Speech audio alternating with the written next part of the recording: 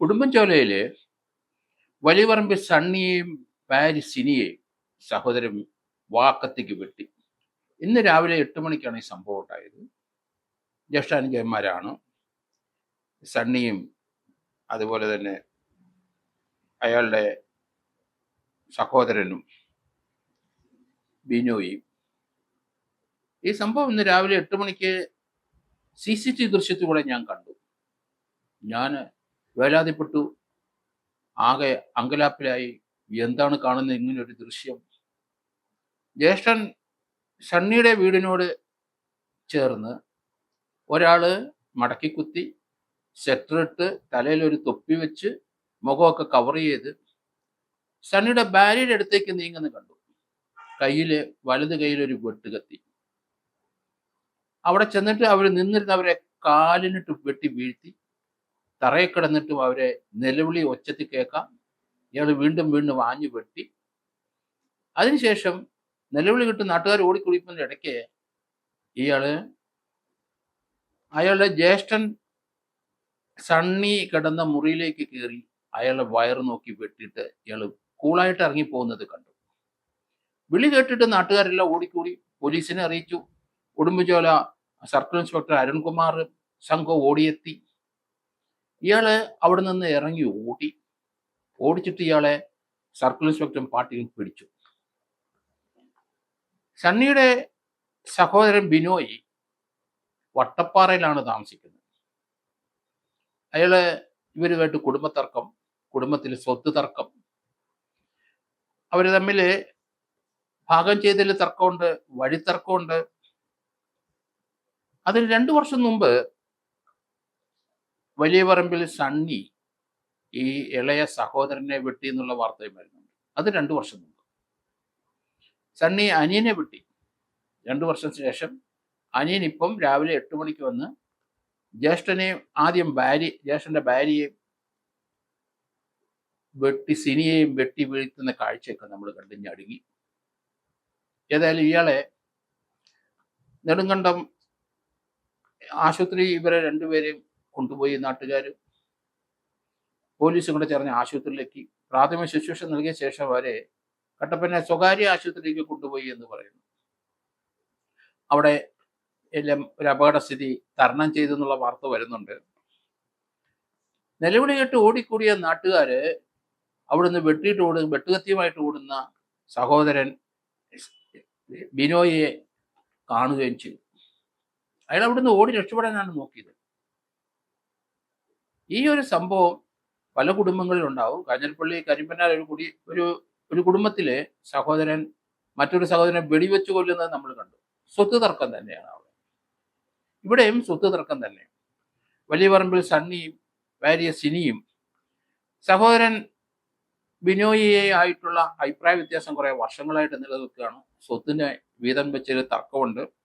പിന്നെ അവിടെ വഴിക്ക് അവരവരുടെ സ്വത്തിലേക്ക് വന്ന വഴിയുടെ തർക്കമുണ്ട്. അത് തന്നെയല്ല, അവിടെ ഒരു കളപ്പുരയുണ്ട്, അവിടെ ഒരു കുളപ്പുരയുണ്ട്. ആ കുളപ്പുരയിൽ അത് ഒരാളുടെ വീതത്തിലാണ് വരുന്നത് എന്ന് പറഞ്ഞുള്ള തർക്കവും നിലനിൽക്കുന്നുണ്ട്. ഏതായാലും സഹോദരങ്ങൾ തമ്മിലുള്ള ഈ വഴക്ക് അതിൻ്റെ മൂർത്തിയ അവസ്ഥയിൽ ഇളയ സഹോദരനെ വെട്ടുകത്തിയായിട്ട് വരുന്ന കാഴ്ച ഞാൻ കാണുകയാണ്. ഇതൊക്കെ നമുക്ക് വിശ്വസിക്കാൻ ഒക്കില്ല. സ്വന്തം ബ്ലഡ് ആണ്, സഹോദരനാണ്. അതേസമയത്ത് ജ്യേഷ്ഠൻ അനിയനെ 2 വർഷം മുമ്പ് വെട്ടി എന്നുള്ള കഥയെ പുറത്തു വരുന്നുണ്ട്. അപ്പൊ പരസ്പരം വെട്ടുകാരാണ്, വഴക്കാളികളാണ്, നാട്ടുകാർ പറയുന്നുണ്ട്. അവിടെ എപ്പോഴും വഴക്കാണ്. അവിടെ തമ്മിൽ അടിപിടിയും ബഹളവും കൂടെ ഉണ്ട്. ഇത് നമുക്ക് എങ്ങനെയാണ് ഒരു കുടുംബത്തിലെ പ്രശ്നങ്ങൾ ഈ രീതിയിലേക്ക് കൊണ്ടെത്തിക്കുന്നത് എന്ന് മനസ്സിലാകുന്നില്ല. ആരെങ്കിലും ഒരു മീഡിയേറ്റർ വന്ന് സമാധാനപരമായിട്ട് സംസാരിച്ച് ആ പ്രശ്നം തീർക്കുക, അല്ലാതെ വേറെ ഒരു മാർഗവും അതിനകത്തില്ല. അവർ തന്നെ തീർക്കാൻ ശ്രമിച്ചാൽ തീരത്തുമില്ല. അത് പരസ്പരം വെട്ടിലും കൊലപാതകത്തിലോട്ടും ഒക്കെ പോകും. പലരും ഇടപെട്ടിട്ടുണ്ടാവണം ഇതിനു മുമ്പ്. കരിമ്പനാലെ കേസും അങ്ങനെ തന്നെയാണ്. അവിടെയും വെടിവെച്ച് കൊല്ലുകയാണ് സഹോദരനെ. അത് കേരളത്തിലെ പൊതുവെ സ്വത്ത് തർക്കം എല്ലാ കമ്മ്യൂണിറ്റിയിലും, ഇതൊരു ക്രിസ്ത്യൻ കമ്മ്യൂണിറ്റിയാണെന്ന് തോന്നുന്നു, എല്ലാ കമ്മ്യൂണിറ്റിയിലും ഈ രീതിയിലുള്ള തർക്കങ്ങളുണ്ട്. 5 സെന്റിനും 3 സെന്റിനും 2ഉം 3ഉം അവകാശികൾ വെച്ച് തർക്കവും ഞാൻ തിരുവനന്തപുരത്ത് ധാരാളം കണ്ടിട്ടുണ്ട്. അതൊക്കെ ചില കൊലപാതകത്തിൽ അവസാനിച്ചിട്ടുണ്ട്, പരസ്പരം അടിയിലും കുത്തിലും അവസാനിക്കുന്നുണ്ട്. അതുകൊണ്ട് ഇപ്പോഴത്തെ ഈ രീതിയിലുള്ള നടപടിയിലേക്ക് പോകാതെ കുറേ സമയം വായിച്ച് അവര് ബന്ധുക്കളും സഹപ്രവർത്തകരും നാട്ടുകാരും ഒക്കെ ഇടപെട്ട് ഇങ്ങനെയുള്ള പ്രശ്നങ്ങൾ പരിഹരിക്കാൻ നോക്കുക എന്നല്ലാതെ വേറെ നമുക്ക് എന്ത് പറയാനുണ്ട്? അവര് തമ്മിൽ പ്രശ്നം തീരില്ല. ഇതിനകത്ത് ആ ജ്യേഷ്ഠന്റെ ഭാര്യയെ വെട്ടിവീഴ്ത്തുന്ന രംഗമാണ് നമ്മളെ നടുക്കിക്കളഞ്ഞത്. തറയിൽ കിടക്കുന്നവരുടെ കാല് ഒരു 8 പ്രാവശ്യം വെട്ടുന്നത് കണ്ടു. മൃഗങ്ങളെ വെട്ടി കൊല്ലുന്ന പോലെ കൊല്ലുകയാണ്, കൊല്ലാൻ ശ്രമിക്കുകയാണ്. എന്തായാലും അതിനുശേഷം ഇയാൾ അവിടുന്ന് നടന്ന് ജ്യേഷ്ഠന്റെ മുറിയിലോട്ട് കയറി വെട്ടിയിട്ട് ഇറങ്ങിപ്പോകുന്ന കാഴ്ചയെ നമ്മൾ കാണുന്നുണ്ട്. ഇതുപോലെ കുടുംബങ്ങളിലുള്ള വെളിയിൽ പല സ്ഥലത്തും നമ്മൾ ഇതുപോലെ കാണുന്നെങ്കിലും കുടുംബങ്ങളിലും ഇതുപോലെയുള്ള വെട്ടും കുത്തും തുടങ്ങിക്കഴിഞ്ഞു. കുടുംബ പ്രശ്നത്തിൽ ധാരാളം പേര് ആത്മഹത്യ ചെയ്യുന്നത് നമ്മൾ കണ്ടുകൊണ്ടാണ് ഇരിക്കുന്നത്. കുടുംബത്തിലെ പിതാവിനെ മകൻ കൊല്ലുന്നു, മകനെ പിതാവ് കൊല്ലുന്നു, ധാരാളം സംഭവങ്ങൾ. വീടുകളിലെ അമ്മയെ ലഹരിക്ക് ശേഷം വന്ന് മർദ്ദിക്കുന്ന കുട്ടികൾ ധാരാളം നമ്മൾ കാണുന്നു. അമ്മ പോലീസിനെ വിളിച്ച് സഹായപ്പെടുത്തിക്കുന്നത് നമ്മൾ കാണുന്നുണ്ട്. അതുകൊണ്ടാണ് ഈ ഒരു സംഭവത്തെ പറ്റി ഞാൻ പറയാൻ ഉദ്ദേശിക്കുന്നത്. ഇത് വളരെ കുടുംബക്കാര് അത് സംയമനത്തോടുകൂടി ഇതിങ്ങനെയുള്ള പ്രശ്നങ്ങൾ സംസാരിച്ച് തീർക്കാൻ സാധിക്കണം. എങ്കിൽ മാത്രമേ നമുക്ക് ഈ പ്രശ്നത്തിനൊരു പരിഹാരം ഉണ്ടാവുകയുള്ളൂ. പക്ഷെ തുടങ്ങി വെച്ചത് ഈ കേസിനകത്ത് ചെമ്മണ്ണാറിലെ ജ്യേഷ്ഠനാണ്. അത് 2 വർഷം മുമ്പാണ് വെട്ടി എന്ന് പറയുന്നത്.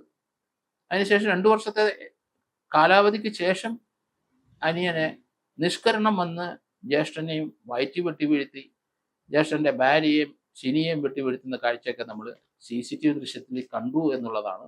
അങ്ങനെയുള്ള ദൃശ്യങ്ങൾ പ്രദർശിപ്പിക്കുന്നത് ശരിയല്ല. എങ്കിൽ തന്നെയും അത് കണ്ടു കഴിഞ്ഞ അപ്പം തന്നെ അത് ആൾക്കാർ അത് റിമൂവ് ചെയ്ത് കളഞ്ഞു എന്നെനിക്ക് തോന്നുന്നത്. എന്തായാലും ഇങ്ങനെയുള്ള ദൃശ്യങ്ങൾ നമ്മളെ ഭീതിപ്പെടുത്തുന്നു, നമ്മളെ കുടുംബത്തെ ഞടുക്കുന്നു. കാരണം ഇത് അനുകരിക്കാൻ ചിലരുണ്ടാകാം, അല്ലെങ്കിൽ ഇത് കണ്ടിട്ട് ഭയപ്പെട്ട് മറ്റു രീതിയിൽ മാനസിക സംഘർഷമുള്ളവരുണ്ടാകാം. അവരുടെ കുടുംബങ്ങളിലൊക്കെ നടക്കുമോ ഇല്ലയോ എന്ന് തോന്നുന്നു. ഇതുപോലുള്ള സംരംഭങ്ങൾ കേരളത്തിലേക്ക് അടിക്കടി ഓരോ ദിവസം മുന്നോട്ട് വരികയാണ്. ഇതൊക്കെ സമാധാനപരമായി പറഞ്ഞ് പ്രശ്നം തീർക്കണം. അതിനെല്ലാവരും ശ്രമിക്കണം എന്നാണ് എൻ്റെ അപേക്ഷ.